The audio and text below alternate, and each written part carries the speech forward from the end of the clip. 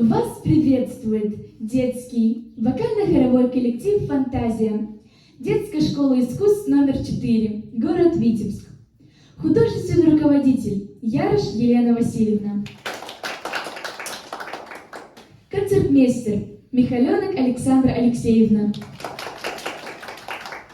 Слова Лученка, музыка Захлевного. Завешься ты ласкаво белой Русью. Моя земля, мой родный дом, зоветься Беларусью. Я знаю, под твоим крылом заўсёды притулюся. У час трывогі і бяды з тобою мы адзіныя, з любоўю шчырую заўжды. Зову цябе, радзімую.